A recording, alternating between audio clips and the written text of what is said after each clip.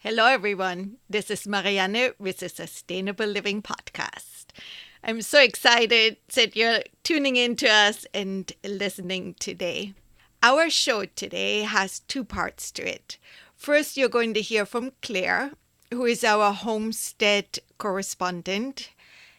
And this time, she is joined by her husband, Mark. So you're getting an even more diverse viewpoint of what is going on if you're living out in not so easy to work with land and getting a little bit older. The second part of our show is an interview I did a little while ago with Diane. And Diane is a professional photographer. I'm so sorry about my accent. I hope you guys know what I'm talking about. And she has been in the business for a very long time, pre-digital cameras, and is a real professional. In our conversation, we talk a lot about how to use photos legally. One reason I'm bringing this to you, actually, I want to say there are two main reasons I'm bringing this to you. One is that a lot of us in the field of wanting to have a more sustainable lifestyle want to find ways of working for ourselves. A lot of us have blogs or other online businesses, and we are using or need to use photos for our material. And I noticed as I've been going through different sites, and I have talked before about Steemit. This is where I met all of today's guests or correspondents. It's a social media platform where you actually can earn cryptocurrency just by posting. That said, I noticed that a lot of people on that site were using images which were not legal to be used. Now, that's not just for that site. It obviously happens on Facebook, Instagram, and a lot of the other sites. But in that case, it's also commercial use because you can make some money off. So I asked Diane to come on to clarify how to stay legal if we are having any kind of online presence. So that's one. That's for all of you who run a little business or want to get into blogging, have websites, and so forth. There's a huge misconception what is free to use, what is not free to use, what you can do. The second part is for all of us who are on social media and maybe even not use other people's photos ourselves, but we might share something we think looks cool or is funny and unwittingly take away the livelihood of a photographer. Photographers, as Diane is saying in our interviews, are out there honing their craft, spending the money on equipment. Well, she's basically saying we are shooting photos to make money, not to give it away to social media users or to bloggers. And she explains very clearly why it actually is hurting the livelihood of the photographer. And I think most of us, once aware of that, that's not our intention. That's not what we want to do. I thought I was pretty well educated about what's legal to use and what is not. And I definitely learned quite a few new things. So I hope you enjoy the show. First, you're going to hear from Claire and Mark, and then from Diane. Here we go.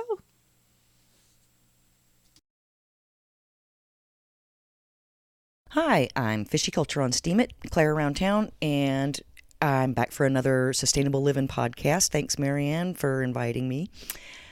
Want to chat some more about homesteading, or more like why we're not homesteading this year. Today I'm joined by my husband, Long Silver on Steemit, and Mark around the house here. Before we jump in, I want to tell you a little about him. He was a logger when I met him, and I was a waitress. All we wanted to do is have a simple life while he worked in the woods. We loved where we lived.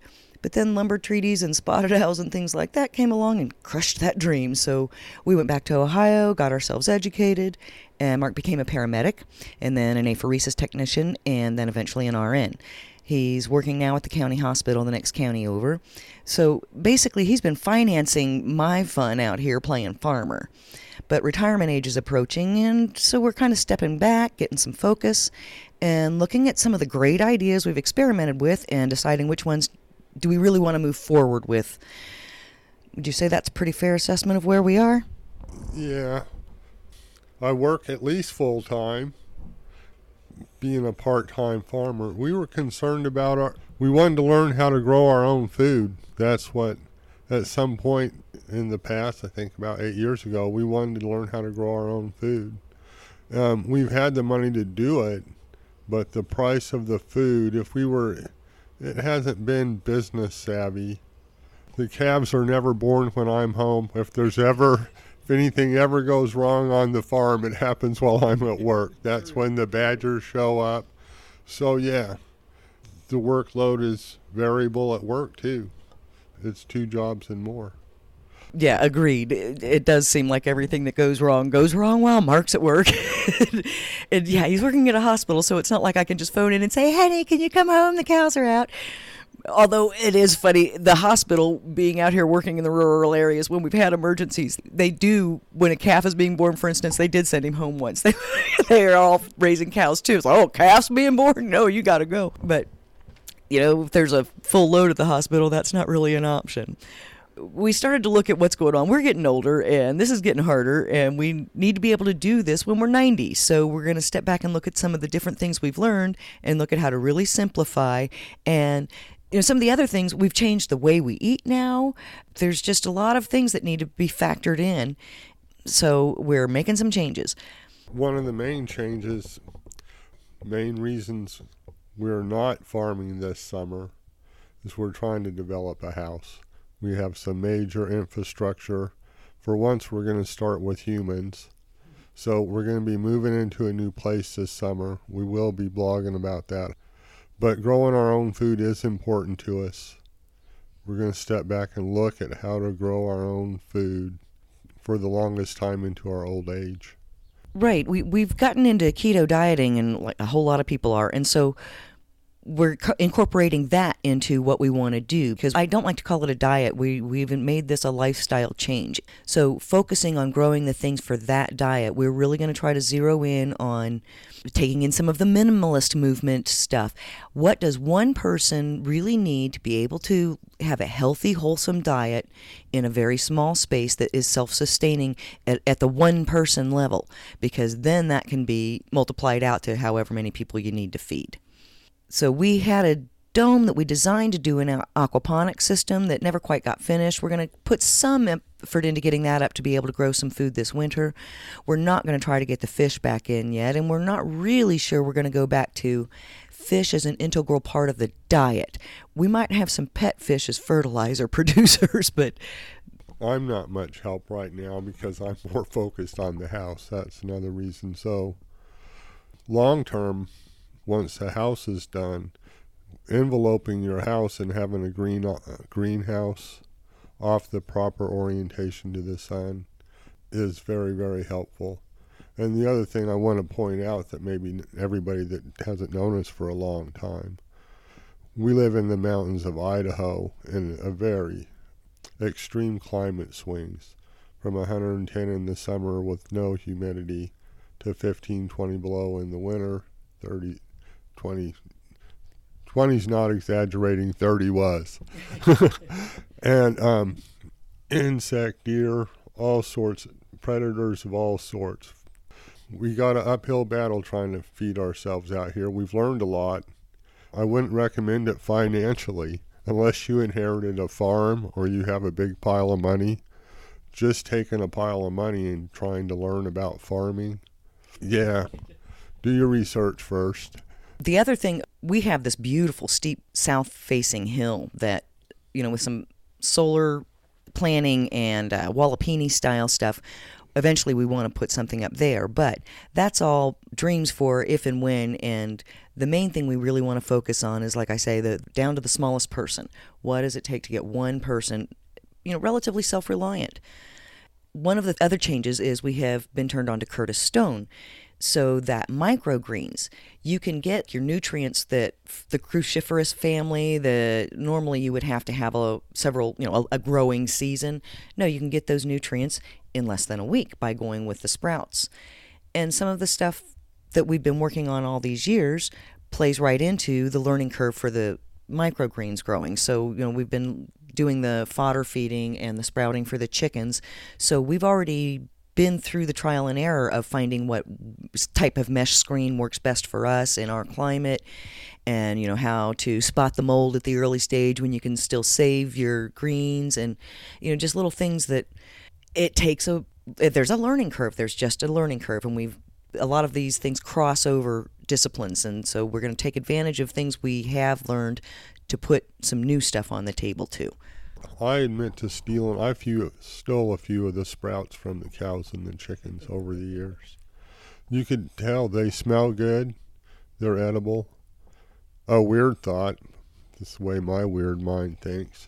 Sprouts and mushrooms are two of the ways that you could eat underground with very, very light. Very little. They're very fast growing. They resist pest easier than lettuce and salad. We're going to give it a try. A lot still in the thought process. We still haven't even nailed down our diets. We'll be talking about that. Right. No, I got rid of all the chickens this year, but that does not mean we became vegans. We still eat dairy and meat. But at this point, we have a couple of freezers full of meat, and it's down to just Mark and I. So on the keto diet, we're not eating nearly as much meat as we used to. So we're going to try to sort of catch up the backlog and just, take a year off of raising it for ourselves. And then we're probably going to look into how far we can get on just with the dairy and have a couple of laying hens. See how that goes. I might try to do a dozen meat birds again in the future, but I was doing 100, 150 there towards the end, and I don't want to go back to that. For one thing, my coops have fallen apart, and they aren't the coop I want for my laying hens anyway. Yeah, it's real difficult without a proper coop. You have predator problems. We had overheat problems here. Even though we try to time our our meat bird by as close as we can to get them raised. It's a real short time between too cold and too hot here. Getting them from too cold to too hot in the spring, you try to time it the best you can.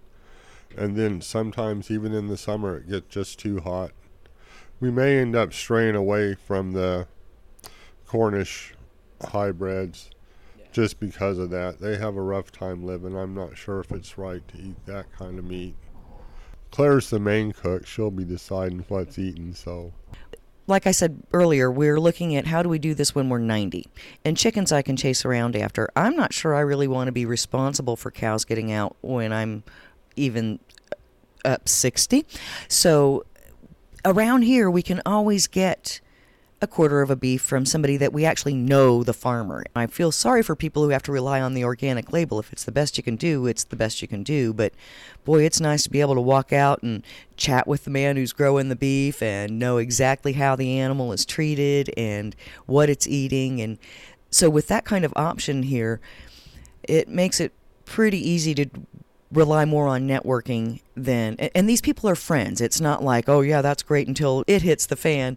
And being able to not have the huge animals that I'm responsible for when I'm old is pretty appealing to me.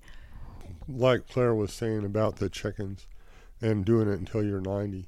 Chicken house, they have doors that open and close at a given time. Automatic waterers, heated waterers, automatic feeders.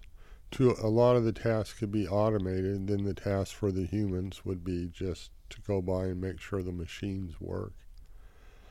So I think I could get it pretty simplified where people could keep chickens, one of our coops, well into their 80s or 90s and be getting clean eggs out of it. So that's a long-term project. We'll probably be doing that next summer.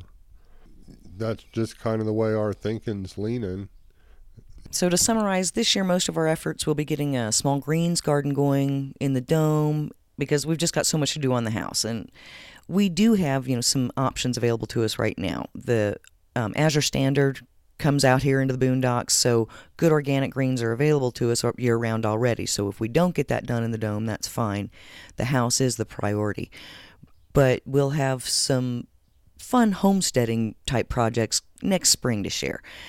But for now, we'll be covering the side tracks off of homesteading. And upcoming, we will be going on a road trip, and we're going to be talking about how permaculture mimics Mother Nature as we pass through these sort of naturally permacultured areas. And so there'll be a photo blog on Steam It to accompany that podcast. But it should be a fun trip. We didn't even mention permaculture this whole show, and it really is one of the core values that we base the lifestyle on. It just needs to be sustainable and replicatable and affordable. We joke about permaculture, P-O-O-R, trying to do it without the giant budget. So, yeah, the next one will be from On the Road. While we're on the road, just as a highlight, because we have to travel anyhow, we'll be stopping by some hot springs as we hop across the country. There'll be some pictures of those showing up on Steam It. So, thanks, you guys. Thank you, dear Sum. Thanks, Marianne, and hope you'll join us next time. Thanks so much for listening.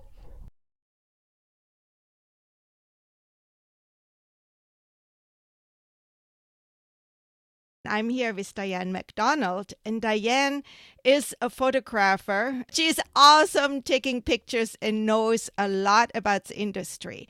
And I know that a lot of you are trying to build a business from the home. Pictures are always making a blog look nicer.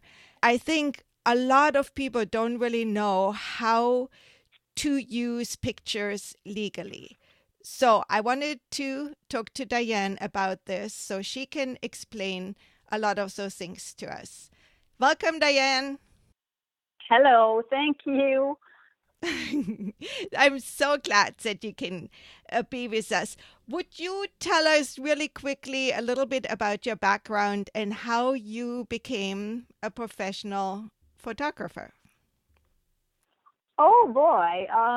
Well, I did not become a professional photographer until I was in my 40s. I started life out as a school teacher.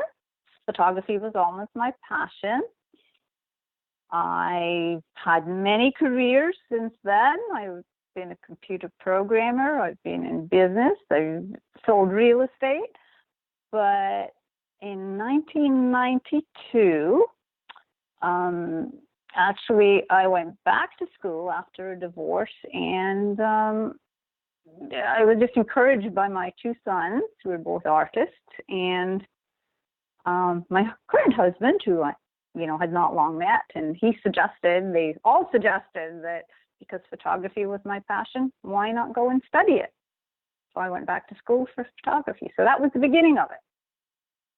We moved from there not long after I graduated from Atlanta. We moved down to the Jacksonville, Florida area, and I just happened to land a very nice job for a couple of years with a stock agency as an in-house stock photographer.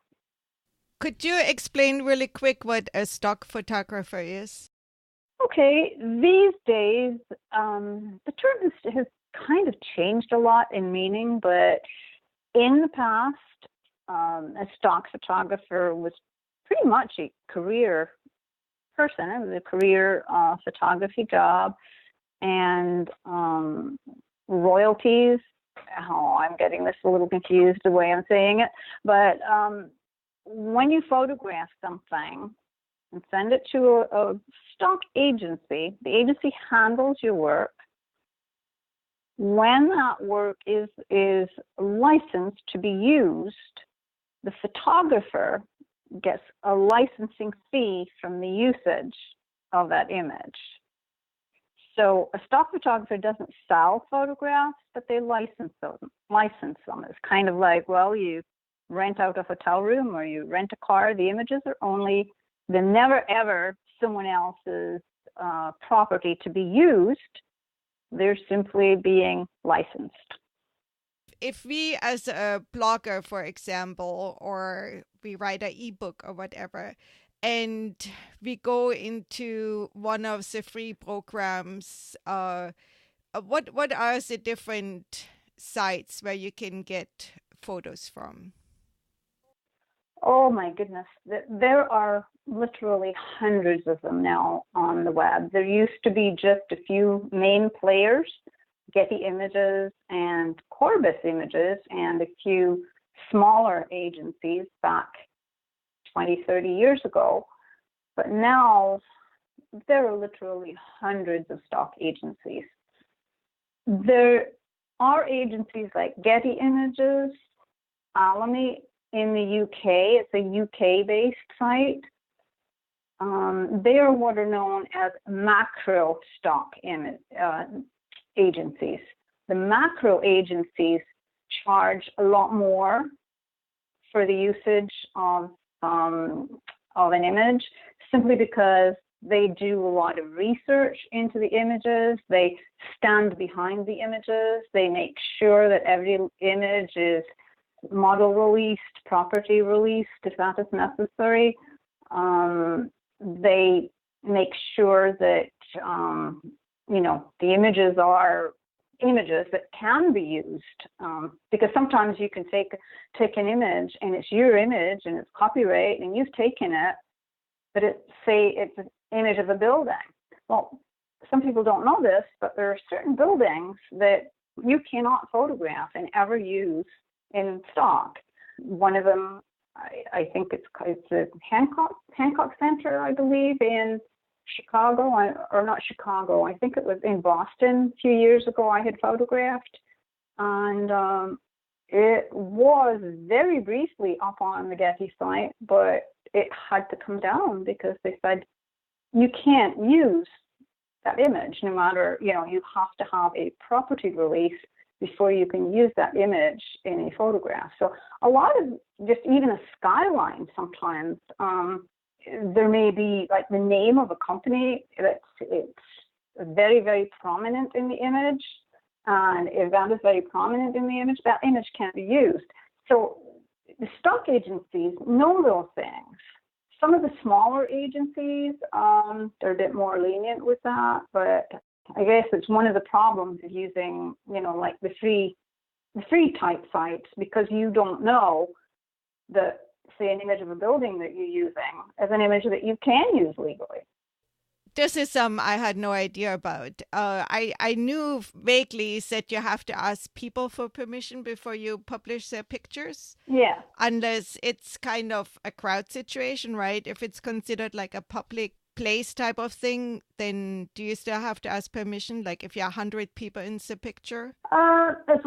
Usually, as long as one person is not really prominent, or certain people are not very prominent in the picture, normally it's not required.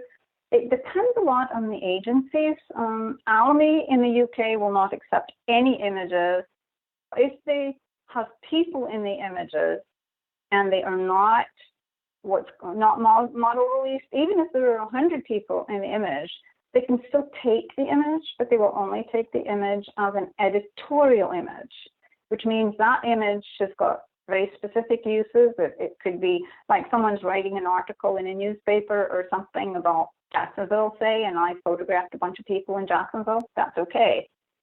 So if, let's say, I'm writing a blog and I want to make money with my blog, so whatever ways, and I have a picture in there I took myself, and it's of a crowd, I probably would be okay. But if it's of like a famous building, I'm assuming, or a very, famous skyline, I might run into trouble. Did I understand that right? You could. I'm not a lawyer, so I'm not really, I can't give legal advice. I just know what the agencies are, what they say and do. They are very, very cautious about those things. The other agencies are called microstock agencies. I started telling you about the macro stock. The microstock agencies are the ones that you get, like SuperStock and Adobe stock, which is, and Adobe and Fotolia are are actually the same company. A lot of those agencies, they license the images by download. So you know, the photographer may make 25 cents an image, whereas the same image in microstock might make the photographer $500 for one particular, you know, usage. So microstock, I think, is what most people today look at when they're talking about stock, because they see SuperStock images all over the place, and they think, oh, you know, those images they're microstock, they're royalty free, we can just use them. And of course, that's not the case.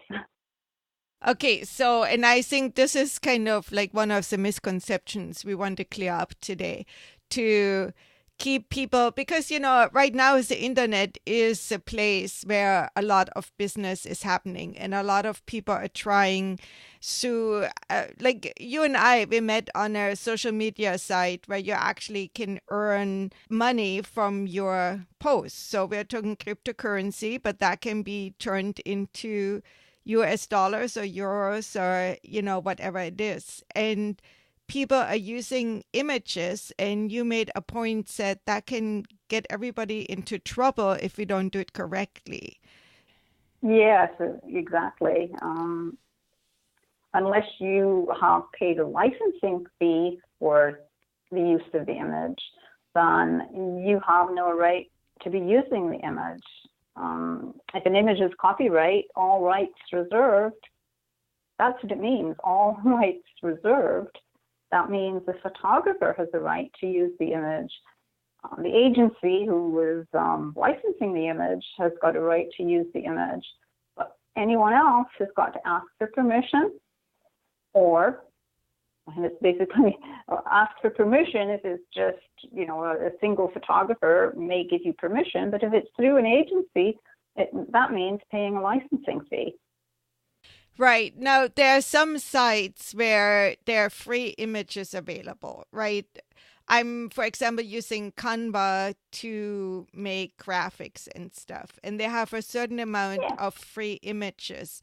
Now, when it says free, does it mean that they're free for, you know, any purpose, or do you have to read the fine print to say it's, for example, said you can use it for a social media post, but you can't use it to put on your book cover you're going to sell? That's quite possible. I have never personally used any of those sites. I just know of them. And I do know that I found some of my own images on some of those sites in the past. So you do have to be very, very careful and really do your homework before you upload an image that you have taken from one of those sites. It's, you know, it's quite easy to, unknowingly take an image that is actually a copyright image that someone else has taken and uploaded. It may not happen very often, but it does happen. So what can be the consequences if you end up using an image which was not for you to use? Well, that can vary.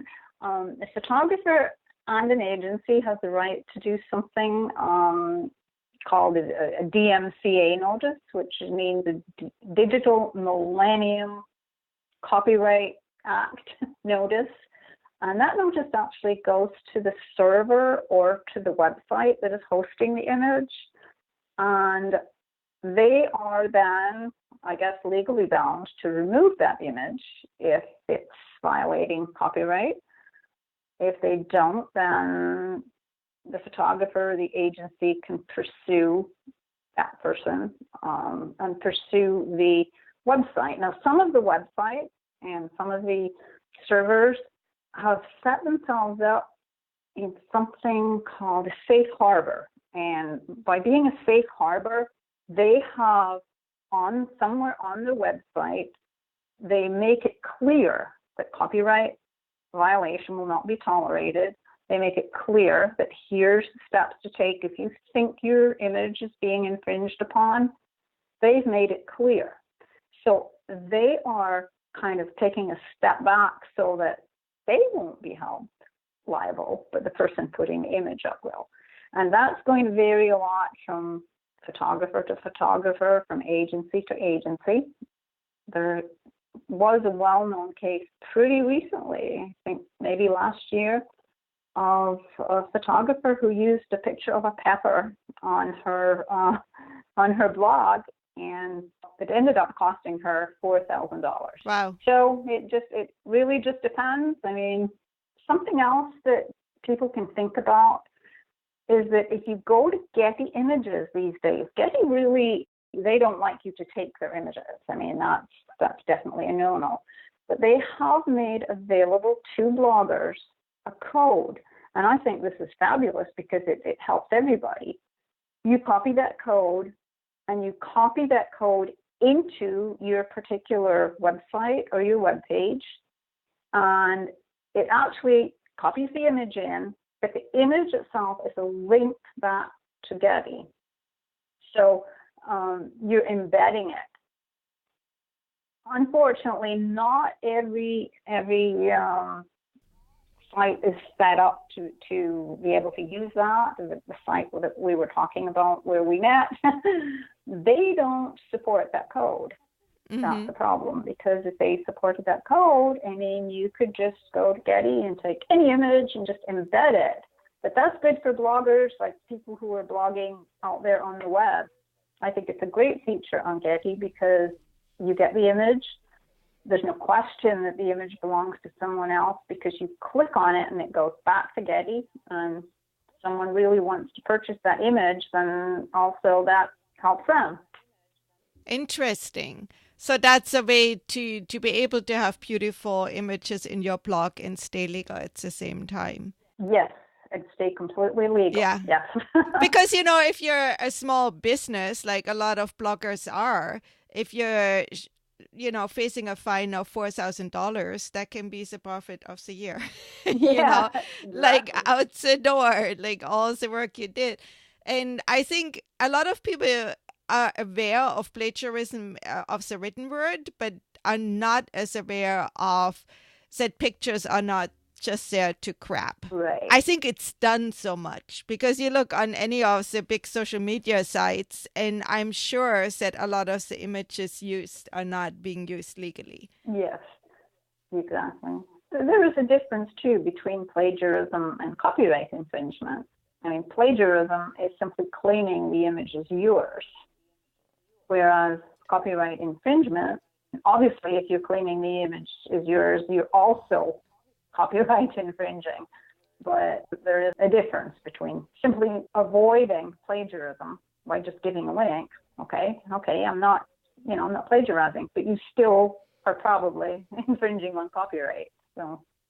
Okay, so even giving credit to the source, it's not enough if that source wasn't explicitly put out to be free to use. Exactly. Right? Yeah. So basically, when you see a picture, you have to assume that it's owned by either an agency or a photographer or both, that have rights to it, and that you're supposed to pay unless it says it is free. Yeah. Yes. And, there are images out there in the public domain. There are plenty of them, but there are also some images that claim to be in where it's claimed that they are in the public domain, and they may not be. Somehow the copyright information has been removed from the image, and it's just kind of got, passed around the internet a few times, and somebody thinks it's in the public domain. So it's a bit of a problem these days. So how can you check? If you really like an image and you want to use it, how do you check? There are two different ways that I think they're really pretty quick and pretty simple to do. You can use something called Google Images.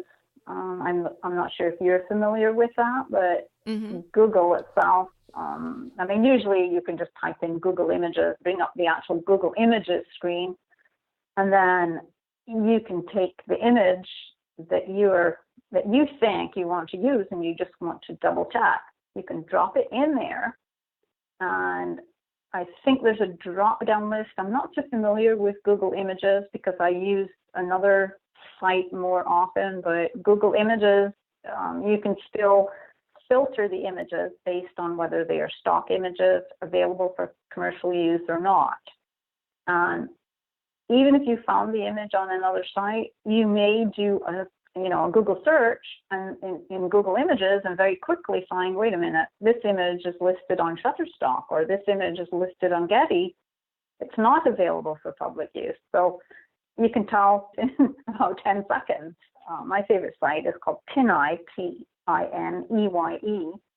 because that one you can be more specific. You can search by only images found on stock agencies or only images in collections.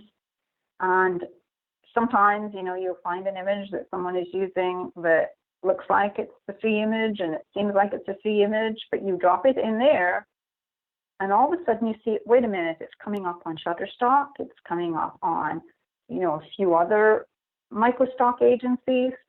So if you go to that site and find that image is still listed there, then it's not a free image to use. And again, it really just takes seconds. So it's quite easy to do. Right. Yeah, you said some else to check if it's available for commercial use, because I think even when you just make even a little bit of money off your blog or your posts or whatever, that's considered commercial, right? Yes, but licensing, stock image licensing, it's considered commercial use if you're using the image and you're using a stock image, you're using it for commercial use. There is something called fair use, but oh my goodness, that is only a defense that you can use in a court of law. It doesn't mean a thing. People throw around, well, it's fair use.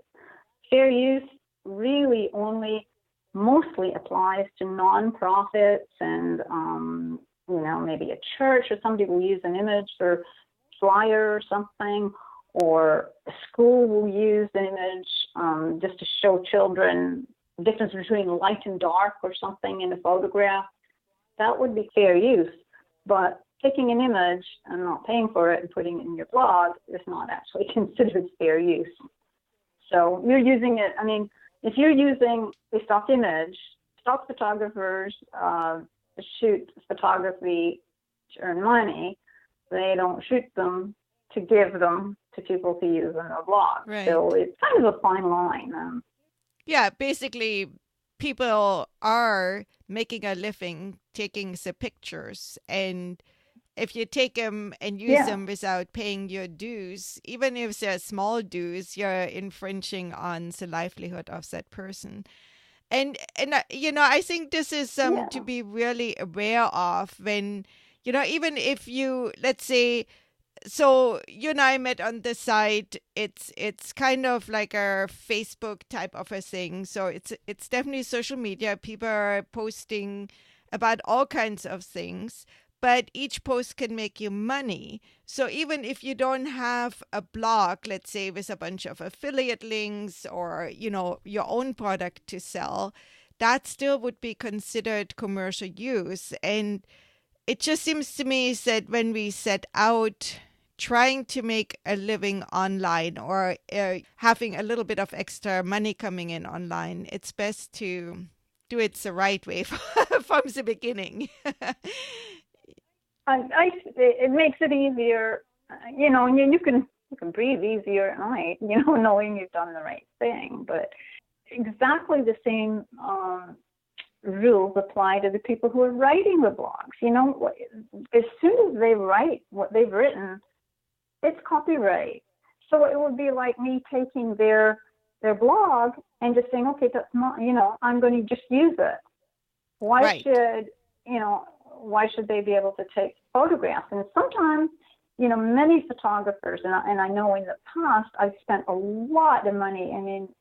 It was a normal business with a normal overhead of thousands of dollars a month to run a photography business.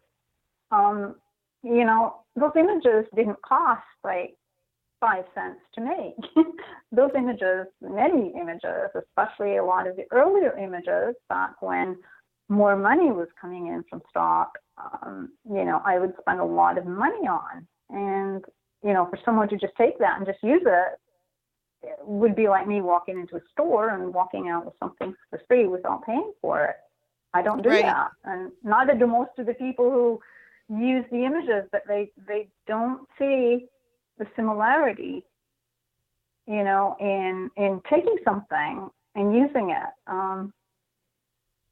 to just walking off with something that doesn't belong to them. It's the same thing.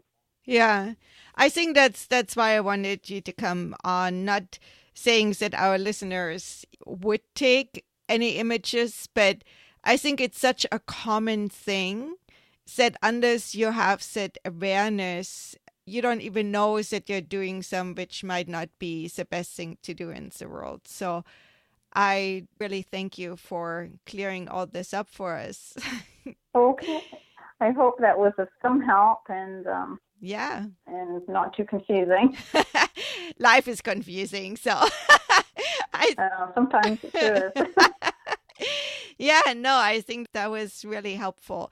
Was there some I didn't ask you wanted to add to the conversation? I think one of the arguments I often hear about people using images and thinking that they have a right to use them, I've heard this argument several times recently, is that but you don't own the pixels. Those images are just pixels.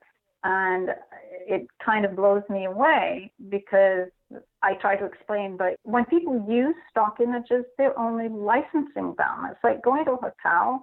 You don't own the hotel room. You pay for the night in the hotel, or you rent a car, you pay for the car rental fee. Of course, you don't own the car. So why should photography be any different?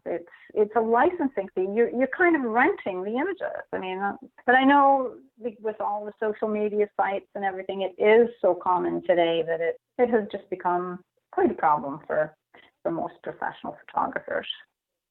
Yeah, and I think that's to be really pointed out. Okay, either pay for said image you find so beautiful and want to use, or learn how to take them yourself. Yeah. It's a little less tangible, I think, having a photo there, especially since we're not having it in our hand. You know what I mean? It just doesn't make that connection that easy. I like that you gave us a tangible way to think about how to treat a picture. Thank you so much for that.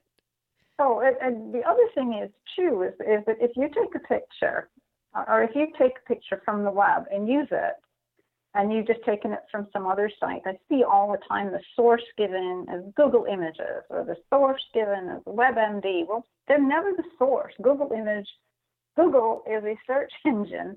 WebMD is a website. They have got the image from someplace else. Google is simply, as I say, a search engine, so it's just listing what they're finding.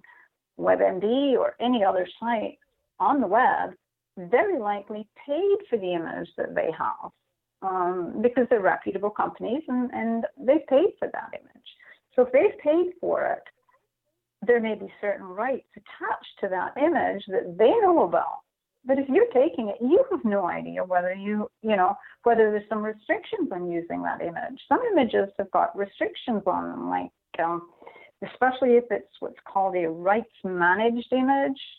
It's the two different types of licensing fees are rights managed and royalty free. Everybody's familiar with royalty free because they think it means free. Of course, it doesn't. It just means that once a person has paid a one-time royalty, they're free to use it. But again, it's only under certain circumstances. And they've paid for that. They know what those circumstances are.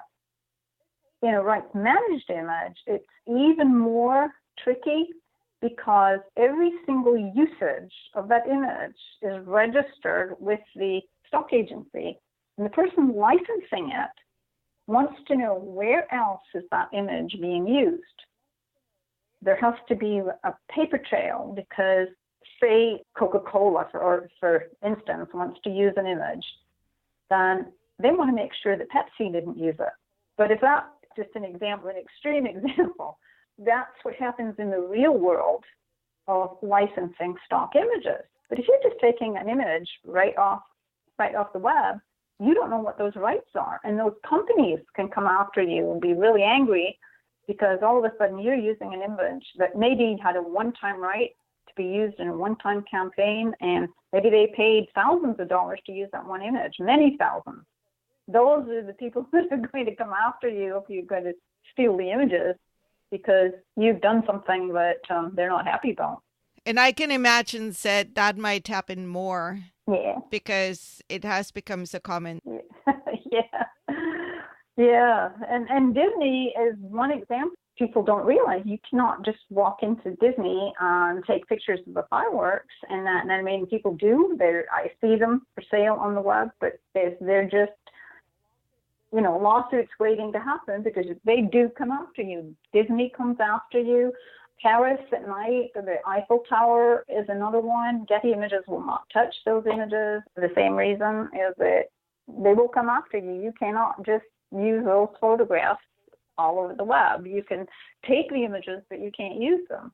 The big companies, they will come after you. Yeah. So that's actually bringing us back to the point that there are certain buildings and certain events which are protected, so even your own photo is not legal to use. Right. So like so any Disney kind of events, or you can take snapshots for your own family, but you can't use them to make any kind of money off them, right? And I do see people doing it, but it's a matter of time before they'll be asked to cease and desist, I guess. Even if it doesn't cost you your livelihood, it's a big pain if you have to go back and take out all the images. And those are all good things to know. Thank you so much, Diane. Oh, you're welcome. Anytime.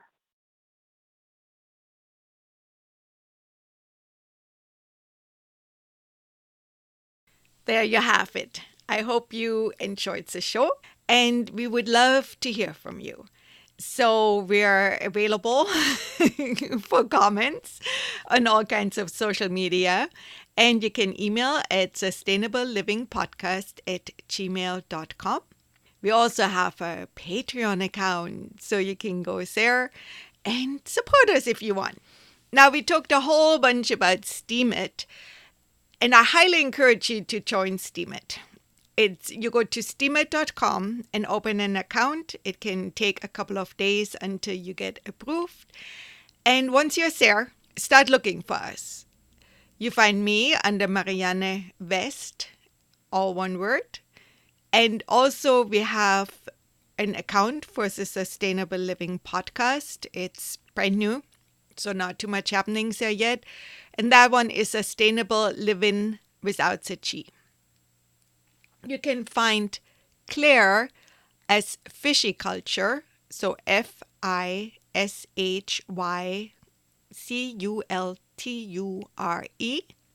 You find Mark as Long Silver, and Diane as DM Camera. You do not have to join Steemit to see what we're doing there. I'm pretty sure you can just look and read the blogs and all of that. And Diane's blog is often loaded with very informative information about photography, if that is something you want to learn more about. Thank you so much for listening. We so appreciate you and love that you're along the journey to find a more sustainable lifestyle. Thank you so much. Bye for now.